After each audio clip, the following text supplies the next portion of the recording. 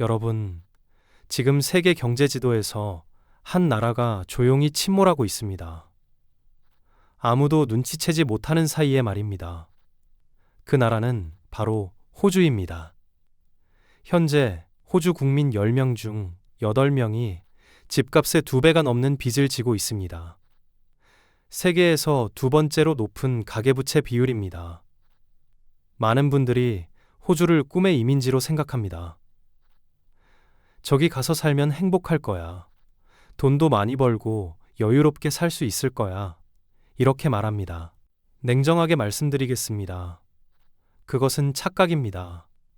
표면적으로는 모든 게 완벽해 보이지만 그 아래에는 시한폭탄이 째깍거리고 있습니다. 겉으로 보면 호주는 정말 부러운 나라입니다. 국민들의 생활 수준은 세계 최고 수준입니다. 개인 자산도 놀라울 정도로 높습니다. 최저임금이 시간당 약 25,000원입니다. 한국의 2배가 넘습니다. 교육과 의료 같은 기본 인프라도 훌륭합니다. 게다가 부의 평등 측면에서도 다른 선진국들보다 훨씬 나은 편입니다. 일본처럼 부의 축적을 철저히 통제하는 나라보다도 더 공평하게 부가 분배되어 있습니다. 하지만 이 모든 게 사실 위태로운 균형 위에 서 있습니다. 착각하지 마십시오. 숫자가 좋다고 해서 구조가 튼튼한 건 아닙니다. 호주의 첫 번째 문제는 바로 경제 구조입니다. 이 나라는 천연자원 수출에 지나치게 의존하고 있습니다. 땅에서 캐낸 광물과 석탄, 그리고 정제하지 않은 원자재들이 수출의 대부분을 차지합니다. 비유를 하나 들어보겠습니다. 복권에 당첨된 사람이 있습니다. 10억 원을 받았습니다. 매일 100만 원씩 씁니다. 일하지 않습니다. 투자하지 않습니다. 기술을 배우지 않습니다. 그냥 당첨금만 씁니다. 3년 후 어떻게 될까요? 파산합니다. 호주가 지금 바로 이 꼴입니다. 천연 자원이 풍부하면 다른 산업을 발전시킬 이유를 찾기 어렵습니다. 그냥 땅을 파서 파는 게 훨씬 쉽고 빠르게 돈이 되니까요. 하지만 이런 방식은 장기적으로 엄청난 리스크를 안고 있습니다. 세계 자원 시장의 가격 변동에 따라 경제 전체가 흔들리게 되기 때문입니다. 더 큰 문제는 호주가 동시에 두 개의 상반된 관계를 유지하고 있다는 점입니다. 한편으로는 미국과 가장 가까운 동맹국 중 하나입니다. 다른 한편으로는 중국으로의 자원 수출에 거의 전부를 의존하고 있습니다. 이건 정말 위험한 줄타기입니다. 평화로운 시기에는 이런 전략이 통할 수 있습니다. 하지만 지금처럼 미국과 중국 사이에 긴장이 높아지는 상황에서는 호주가 엄청난 압박을 받을 수밖에 없습니다.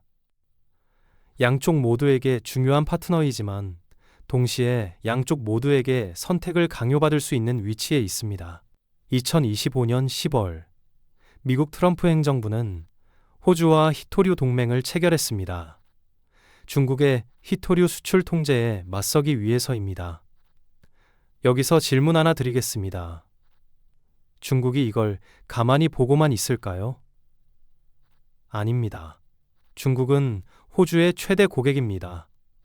언제든지 수입을 중단할 수 있습니다. 미국과의 무역은 사실 그렇게 크지 않습니다.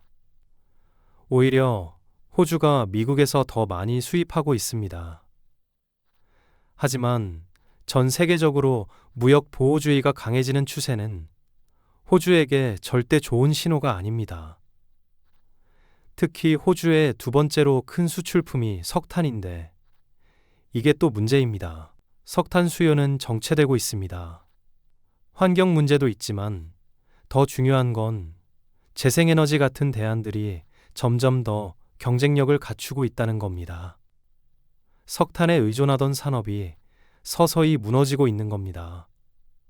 장담컨대 5년 내에 석탄 수출은 지금의 절반으로 줄어들 것입니다. 그때 호주는 무엇으로 돈을 벌 것입니까? 천연 자원에 지나치게 의존하는 나라들이 공통적으로 겪는 또 다른 문제가 있습니다. 바로 부패입니다. 쉽게 돈이 되는 자원은 쉽게 훔칠 수 있는 보물 창고가 되기도 합니다. 호주의 강력한 제도와 기관들이 지금까지는 이런 문제를 잘 막아왔지만 완전히 자유로운 건 아닙니다. 천연자원에 제대로 세금을 매기는데 실패했다는 게 호주 정부의 큰 실수였습니다. 자원에서 나오는 부를 국민 전체의 이익으로 재분배할 수 있는 기회를 놓친 겁니다.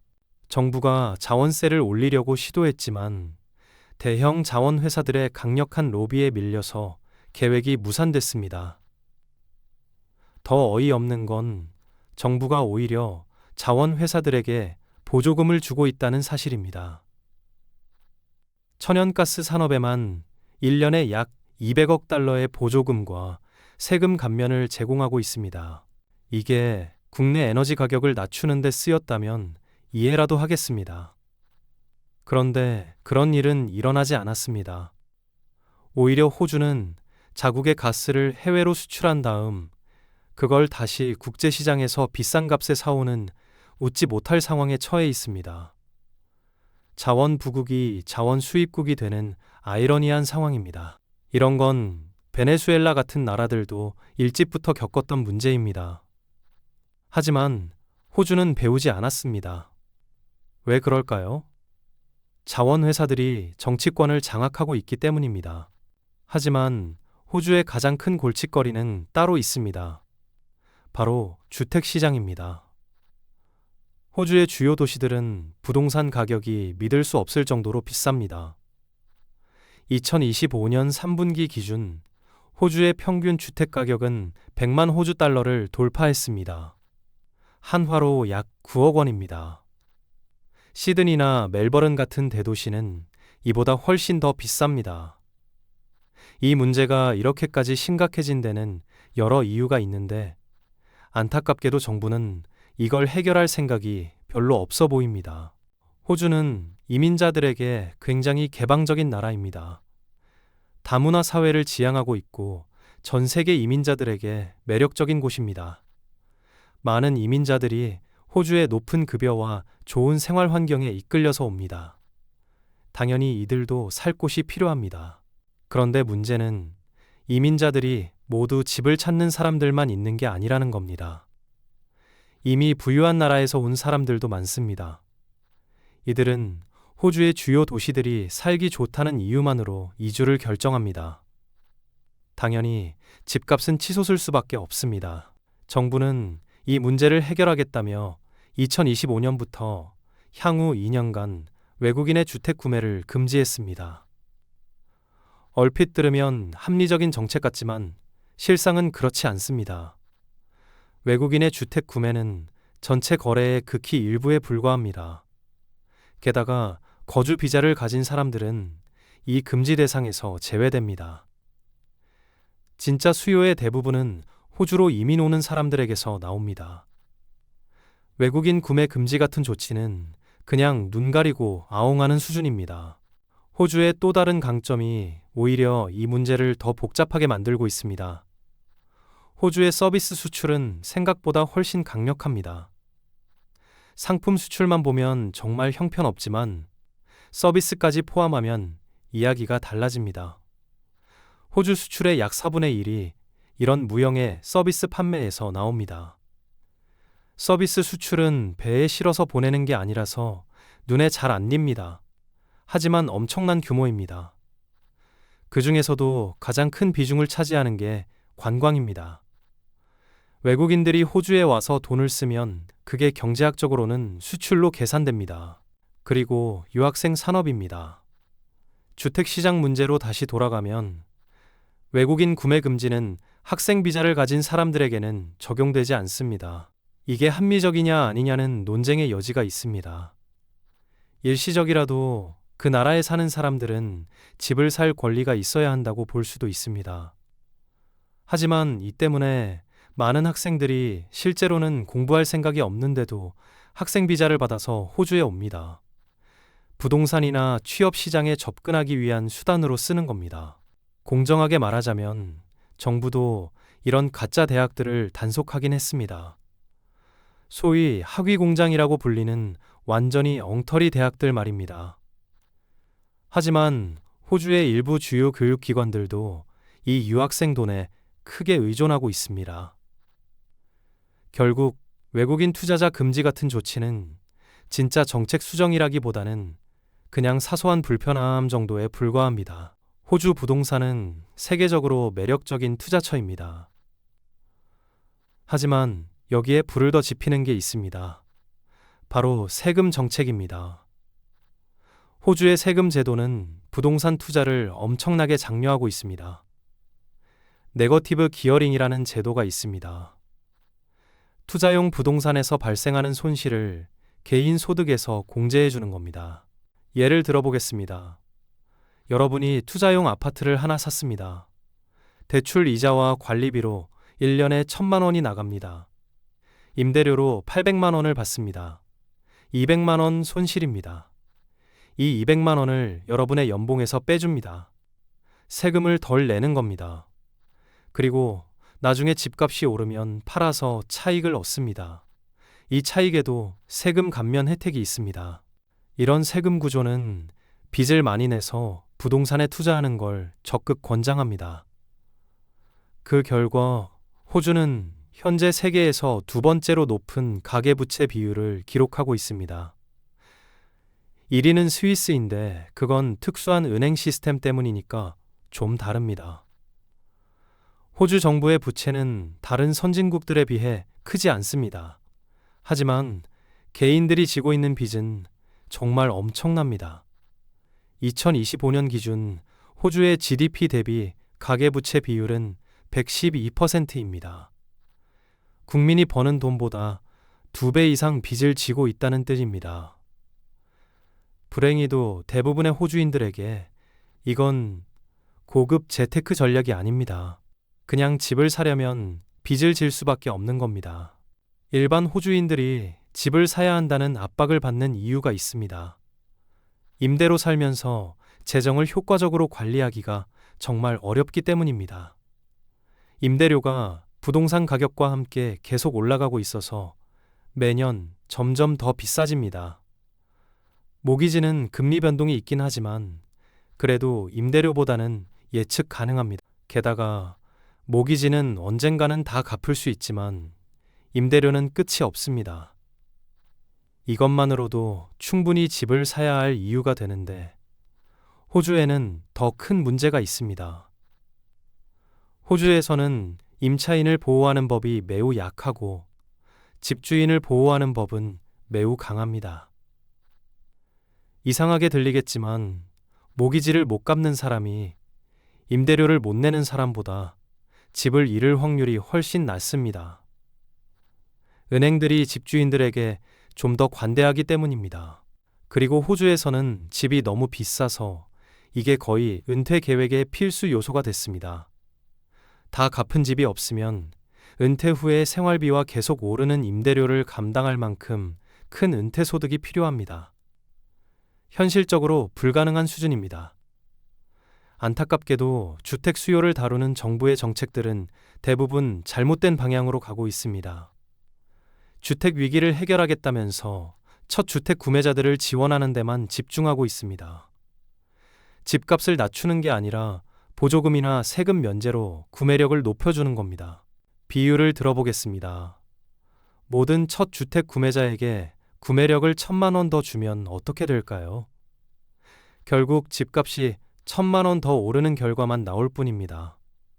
이 문제는 나중에 더 자세히 다루겠지만 어쩌면 이게 정부의 진짜 의도일지도 모릅니다. 수요 측면에서 마지막으로 짚고 넘어갈 게 있습니다. 일반 호주인의 소득은 세계 최고 수준입니다. 최저임금법도 매우 강력하고 기업들이 이걸 피하려고 해도 잘 감시되고 있습니다. 하지만 극단적으로 높은 소득 수준에서는 얘기가 달라집니다. 실리콘밸리나 뉴욕, 런던, 심지어 홍콩만큼 경쟁력 있는 고소득 일자리가 많지 않습니다. 그래서 6자리 연봉을 받는 일자리를 찾아 시드니로 몰려드는 인구 유입은 예전만큼 활발하지 않습니다. 임대료가 얼마든 상관없을 정도로 돈을 버는 사람들 말입니다. 어쨌든 세금 정책, 이민, 개인적 절박함, 그리고 정부의 관대한 인센티브가 다 합쳐져서 시장에 엄청난 수요를 만들어내고 있습니다. 하지만 적절한 공급을 제공하는 데는 실패했습니다. 사실 공급 측면이 더 큰 문제라고 할 수 있습니다. 호주는 1인당 토지 면적으로 보면 엄청나게 넓은 나라입니다. 하지만 대부분의 땅은 사람이 살기 힘든 곳입니다. 주요 도시가 아닌 지역의 집값은 사실 꽤 저렴합니다. 하지만 대부분의 사람들이 살고 싶어 하는 곳은 세계에서 가장 비싼 도시들 중 하나입니다. 이 도시들 안에서는 무분별한 도시 확장과 엄격한 구역 지정법이 문제를 더 악화시키고 있습니다. 적절한 주택 공급을 막는 온갖 익숙한 문제들이 다 존재합니다. 이걸 바꾸려는 인센티브는 항상 부족했습니다. 호주는 여전히 주택 소유율이 비교적 높고 사람들은 집을 개인 재정의 필수적인 부분으로 여깁니다. 팔 생각이 없어도 집값이 떨어지는 걸 원하지 않습니다. 일반적으로 저렴한 주택에 대한 정치적 지지는 있지만 저렴해지고 있는 주택에 대한 지지는 없습니다. 미묘한 차이입니다. 호주는 미국이나 캐나다, 독일처럼 개별 주들로 구성된 연방 국가입니다. 그런데 이 주들이 각각 예산을 충당하기 위해 주택 시장에 크게 의존하고 있습니다. 호주에서 집을 살 때마다 구매자는 인지세라는 걸 내야 하는데 이게 최대 총 구매 가격의 6.5%에 달합니다. 이 돈은 그 집이 있는 주로 들어갑니다. 원래는 새로운 소유권을 등록하는 행정비용을 충당하기 위한 거였는데 집값이 오르면서 이 세금 수입이 엄청나게 커졌습니다. 이제는 주 예산의 큰 부분을 차지하고 있습니다. 이 인지세는 또 다른 문제를 만들어냅니다. 집주인들이 집을 팔지 못하게 막는 요인이 되기 때문입니다. 인지세는 구매자가 내지만 집을 파는 사람도 결국 새 집을 사야 하니까 똑같이 이 세금을 내야 합니다. 상당한 재정적 손실입니다. 이 때문에 많은 사람들이 큰 가족용 주택을 팔고 작은 집으로 이사하지 않고 그냥 그 집에 계속 삽니다. 시장에 나올 수 있는 주택이 나오지 않으니까 공급이 더욱 줄어드는 겁니다. 마지막으로 호주는 건설 비용이 매우 비쌉니다. 건설은 노동 집약적인 일이고 호주는 또 소득 수준이 매우 높습니다. 숙련된 건설 노동자들은 엄청난 인기를 누리고 있습니다. 많은 사람들이 멀리 떨어진 광산에서 천연자원을 캐는 일로 끌려가서 엄청난 급여를 받을 수 있기 때문입니다. 그래서 간접적으로 새 집을 짓고 싶어 하는 사람들은 수십억 달러 규모의 광산 회사들과 노동력을 놓고 경쟁하고 있는 셈입니다. 결국 대부분의 개인들은 주택 문제를 고치고 싶어 하지 않고 주정부들도 수입원을 잃고 싶지 않고 연방정부도 최대 고용주 중 하나를 건드리고 싶지 않습니다. 이런 요인들이 호주만의 문제는 아닙니다. 하지만 이 모든 게 합쳐지면서 일반 호주인들의 삶을 매우 어렵게 만드는 강력한 조합을 이루고 있습니다. 그런데 이 문제들을 제대로 이해하려면 맥락을 봐야 합니다. 호주가 이렇게 안 좋아 보이는 이유는 사실 호주가 가진 장점이 너무 많기 때문입니다. 첫 번째는 부의 평등입니다. 이건 현대 경제의 가장 중요한 문제 중 하나입니다. 호주는 소득 면에서는 크게 뛰어나지 않습니다. 세금과 복지 프로그램을 고려하면 중간 정도 수준입니다. 캐나다가 호주와 가장 비슷하다고 할 수 있습니다. 하지만 부의 평등 측면에서는 호주가 매우 잘하고 있습니다. 슬로베니아, 슬로바키아, 아이슬란드, 벨기에 같은 나라들보다 훨씬 앞서 있습니다. 이런 나라들은 사회적 세금과 복지 정책이 훨씬 더 강력한데도 말입니다. 심지어 호주는 일본보다도 부의 평등이 높습니다. 일본은 소득 불평등이 심한 편인데 엄청나게 높은 상속세로 이를 보완하고 있습니다. 세대를 넘어 부를 축적하기가 어렵게 만드는 겁니다. 그럼 호주에서는 무슨 일이 일어나고 있을까요? 호주에는 상속세가 없습니다. 그런데도 부의 평등이 높습니다. 다른 조건이 같다면 소득 불평등이 높을수록 부 불평등도 높아져야 하는데 말입니다. 어떤 사람들이 다른 사람들보다 훨씬 많이 벌면 저축과 투자도 더 많이 할 수 있고 시간이 지나면서 복리로 불어나니까요. 하지만 호주에서는 적어도 지금까지는 그런 일이 일어나지 않았습니다. 다른 비슷한 나라들과 비슷한 수준을 유지하고 있습니다. 왜 그럴까요?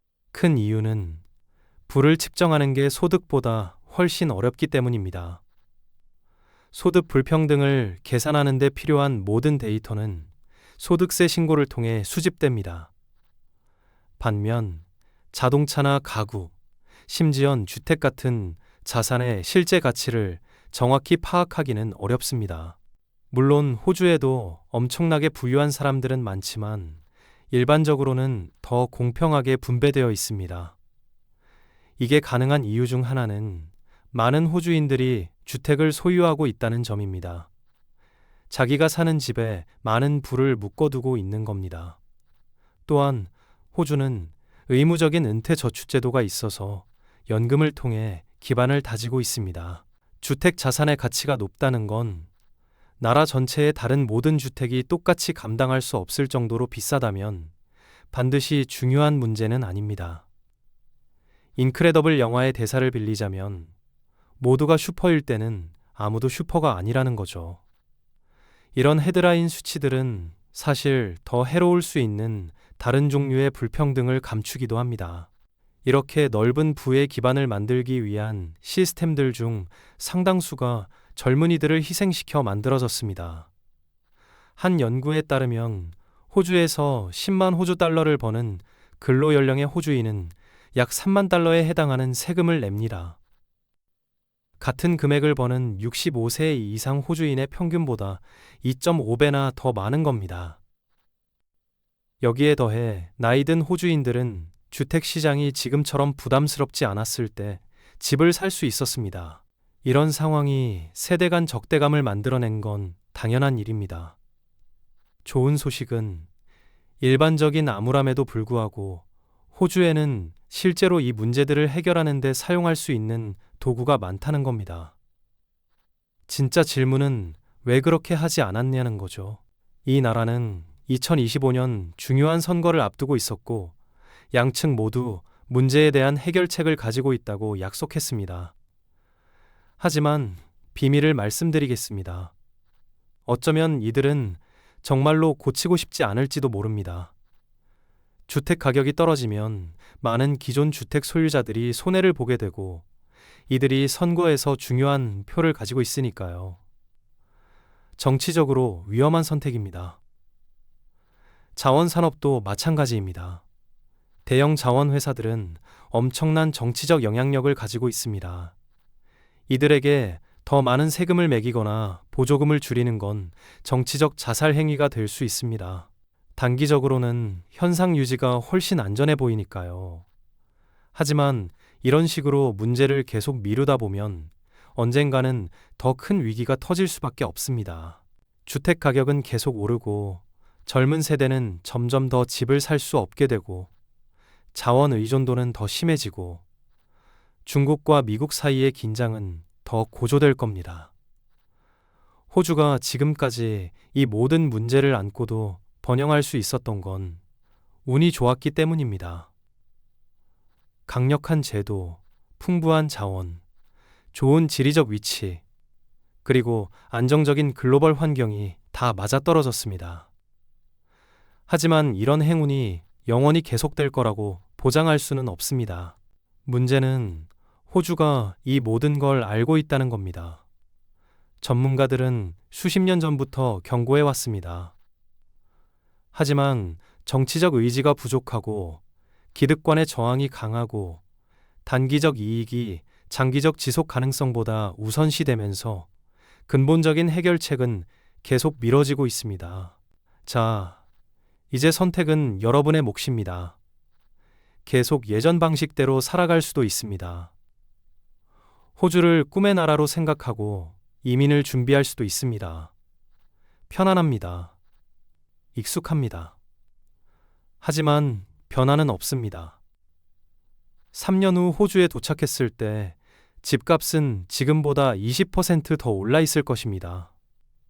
여러분의 꿈은 빚으로 시작될 것입니다. 다른 선택지도 있습니다. 지금 당장 현실을 직시하는 것입니다. 불편합니다. 낯설습니다. 때로는 좌절할 것입니다.